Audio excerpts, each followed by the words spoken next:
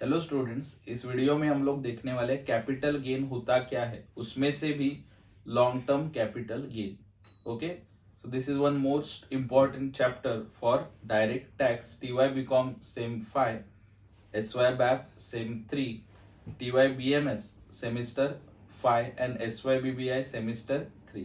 सो बहुत से लोगों को डायरेक्ट टैक्स आता है इन देयर सिलेबस। ओके, तो आपके लिए ये चैप्टर बहुत ही ज्यादा इंपॉर्टेंट है, बहुत ही ज्यादा इंटरेस्टिंग है। So there are two types of capital gains. One is long term capital gain and other one is short term capital gain. तो इस वीडियो में हम लोग पढ़ने वाले लॉन्ग टर्म कैपिटल गेन के ऊपर, और यस डेफिनेटली इसके ऊपर क्वेश्चन पूछा जाता है। स्पेशली टीवाई बीकॉम से रिलेटेड ये क्वेश्चन आपको पूछा जाएगा for 10 marks. So capital gain होता क्या है, या फिर लॉन्ग टर्म कैपिटल गेन क्या होता है। सपोज आपके पास कोई हाउस प्रॉपर्टी है, अगर आपने वो सेल किया, उससे जो इनकम आपको मिलने वाला है उसको बोलते हैं long term capital gain. Particularly हम लोग हाउस प्रॉपर्टी के बारे में क्यों बात कर रहे हैं, बिकॉज इसी के ऊपर क्वेश्चन आता है। ओके, सो आपको स्क्रीन पे एक फॉर्मेट दिख रहा है, वो फॉर्मेट हम लोग रीड करेंगे, which is very very important to calculate capital gain and particularly long term capital gain. Okay, देख सकते हो आप लोग computation of long term capital gains कैसे मिलेगा। सबसे पहले sales consideration. Now what do you mean by sales consideration, वो जो प्रॉपर्टी है वो बेच के आपको कितना पैसा मिला, that is called as sales consideration. ठीक है, और वो प्रॉपर्टी नॉर्मली क्वेश्चन यही आता है कि वो प्रॉपर्टी आपने सेल किया था इन प्रीवियस ईयर। ओके, तो वो प्रॉपर्टी सेल करके आपको कितना पैसा मिला, दैट इज प्रीवियस ईयर में सेल करके कितना पैसा मिला, that is your sales consideration. Okay, उसमें से कुछ चीजें आपको माइनस करनी है। क्या माइनस करना है, सबसे पहला there is indexed cost of acquisition. Now what do you mean by indexed cost of acquisition, उसके लिए आपको वर्किंग नोट बनाना पड़ेगा। Acquisition means purchase. तो आपने वो घर सपोज 10 साल पहले परचेस किया होगा, राइट। सपोज आपने एक घर परचेस किया था इन द ईयर 2000 या फिर 2005 या फिर 2010। तो आज के डेट में मतलब प्रीवियस ईयर में उसका रेट क्या होगा। सपोज आपने घर खरीदा था 10 लाख में 10 साल पहले, 20 साल पहले, लेकिन आज उसका वैल्यू 10 लाख नहीं होगा ना, उसका वैल्यू आज क्या होगा एज पर इनकम टैक्स, वो आपको फाइंड आउट करना होता है। उसको बोलते हैं indexed cost of acquisition. Working note बनाना है, कैसे बनाना है देखेंगे, ठीक है। उसके बाद लेस करना है आपको index cost of improvement. Now what do you mean bye improvement, suppose 10 साल पहले आपने घर में कुछ चेंज किया था। ओके, सपोज 1+1 किया था, या फिर आपने इंटीरियर डेकोरेशन किया था, आपने कुछ कंस्ट्रक्शन किया था नया। सपोज आपने 10 साल पहले किया था, उसके लिए खर्चा आया था 10 लाख या फिर 2 लाख या फिर 5 लाख। तो आज के डेट में उतना ही खर्चा आएगा क्या, या फिर आज के डेट में जो आपने कंस्ट्रक्शन किया था, इंप्रूवमेंट किया था, उसका वैल्यू उतना ही होगा क्या। सो नहीं। सो कॉमन सेंस है कि उसका वैल्यू बढ़ चुका होगा, तो उसी को बोलते हैं indexed cost of improvement. Okay, तो वो भी आपको वर्किंग नोट बनाना पड़ेगा। लास्ट वन, लेस क्या करना है आपको, ट्रांसफर एक्सपेंस या फिर ब्रोकरेज। अगर आप हाउस प्रॉपर्टी सेल करते वक्त ब्रोकर को, एजेंट को अपॉइंट करते हो, तो उसको आपको देना पड़ता है ब्रोकरेज। वो क्वेश्चन में दिया जाएगा, वो भी आप लोग क्या करोगे, माइनस करोगे। सो ये 3 चीजें माइनस करने के बाद, ओके, और भी कुछ है। सपोज आपने उसी साल नया फ्लैट परचेस किया होगा, तो वो भी आप लोग माइनस कर सकते हो, ठीक है। क्वेश्चन जैसे आगे बढ़ेंगे हम लोग देखेंगे। तो ये लेस करने के बाद आपको मिलता है long term capital gain. So easy formula है, ओके, इजी फॉर्मेट है। अभी ये वर्किंग नोट जो मैंने आपको बोला था, 2 working note, they are very very important. तो वो वर्किंग नोट कैसे कैलकुलेट करना है वो हम लोग देख लेते हैं। सबसे पहले आप लोग कैलकुलेट करोगे इंडेक्स्ड कॉस्ट ऑफ एक्विजिशन। तो उसमें 2 केस आता है, जैसे आप लोग स्क्रीन पे देख सकते हो। Case number 1, that is acquisition before 1/4/2001।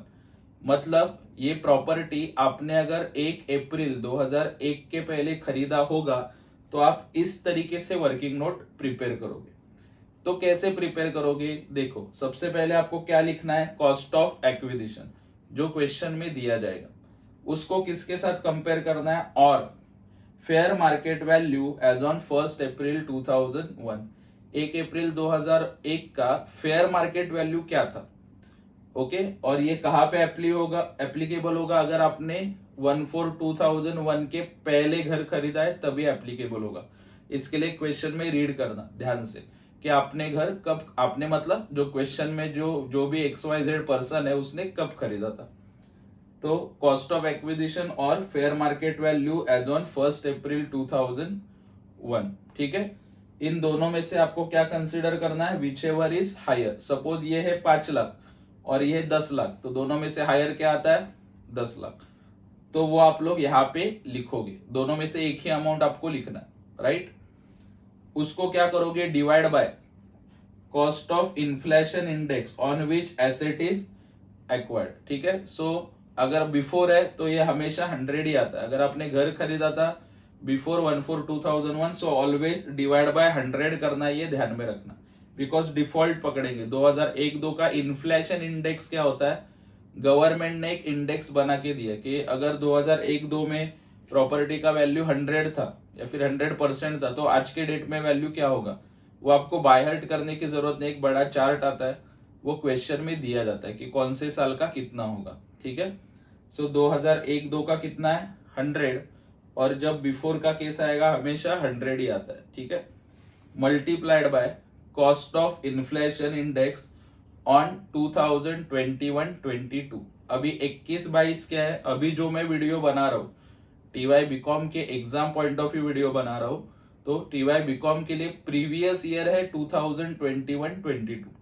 तो जो भी आपका प्रीवियस ईयर होगा वो आपको लिखना है। हो सकता है आप नेक्स्ट ईयर ये वीडियो देखो तो गलत साल मत लिख देना, जब भी आप पेपर देने वाले हो उस साल का प्रीवियस ईयर आप लोग यहाँ पे लिखोगे। तो प्रीवियस ईयर है 2021-22 और उस 21-22 का इन्फ्लेशन इंडेक्स कितना है, 317। Okay, it is as per inflation index provided by income tax department. So आप क्या करोगे, ये जो वैल्यू होगा 10 लाख था सपोज, डिवाइड बाय 100 इंटू 317 करोगे, आपको कॉस्ट ऑफ एक्विजिशन मिल जाएगा। और लिखोगे कहाँ पे, इन अवर फर्स्ट फॉर्मेट। ओके, ये था केस बिफोर का। अगर आपने घर 1 अप्रैल 2001 के पहले खरीदा होगा तब ये एप्लीकेबल होगा। अगर उसके बाद खरीदा है तो केस नंबर 2 आप लोग देख सकते हो, एक्विजिशन ऑन एंड आफ्टर 1/4/2001, उसके बाद। ओके, सो यहाँ पे फेयर मार्केट वैल्यू नहीं आएगा। कुछ लोग कभी कभी जानबूझ के भी यूनिवर्सिटी फेयर मार्केट वैल्यू दे देता है, आफ्टर होगा तो भी, तो सावधान रहे, सतर्क रहे। Okay, so cost of acquisition जो भी होगा, जितने में परचेस किया, divide by cost of inflation index on which asset is acquired. Suppose मैंने एसेट खरीदा था इन द ईयर 2010-11, सो 10-11 का इन्फ्लेशन इंडेक्स क्या आएगा, वो एग्जाम में या फिर जो भी आपका क्वेश्चन होगा उसमें दिया जाएगा, ठीक है। अलग से आपको कुछ बाय हार्ट करने की, हाथ पे लिख के लेके जाने की जरूरत नहीं है, it will be given in your question. So जिस साल परचेस किया था उस साल का इन्फ्लेशन इंडेक्स लिखोगे आप लोग, ठीक है, multiplied by inflation index for the previous year, that is इस साल का 21-22, 317। तो ये कैलकुलेशन करोगे आपको इन्फ्लेशन इंडेक्स मिल जाएगा, ठीक है। और फिर से उसको कहां पे लिखोगे, यहां पे। ओके, नेक्स्ट, ये था आपका कॉस्ट ऑफ एक्विजिशन। प्लीज इसको नोट डाउन कीजिए, ठीक है। इसके बाद हम लोग देखेंगे कॉस्ट ऑफ इंप्रूवमेंट, ठीक है। इसके लिए भी वर्किंग नोट बनाना है, लेकिन देखो जरा, ये रूल जो लिखा है very very important, cost of improvement paid after 1/4/2001, okay, is to be considered. मतलब अगर आपने इंप्रूवमेंट किया 1 अप्रैल 2001 के बाद तभी लिखो, उसके पहले किया है तो मत लिखो। Okay, clear. उसके पहले किया है तो कुछ भी लिखने का नहीं, इंप्रूवमेंट हमेशा लिया जाएगा 1 अप्रैल 2001 के बाद वाला, ठीक है। सो उसका वर्किंग नोट कैसे बनाओगे आप लोग, calculation of index cost of improvement. मैंने आपको एग्जाम्पल दिया था 10 साल पहले मैंने 5 लाख खर्चा करके 1+1 किया था, आज उसका वैल्यू 5 लाख से कहीं ज्यादा होगा, वो आपको फाइंड आउट करना है। कैसे फाइंड आउट करोगे, यहाँ पे लिखा भी improvement after 1/4/2001। So cost of improvement divide by cost of inflation index on which improvement took place. जिस साल इंप्रूवमेंट हुआ था, सपोज 14-15 में हुआ था, तो 14-15 का कितना है इन्फ्लेशन इंडेक्स, वो आपको क्वेश्चन में दिया जाएगा।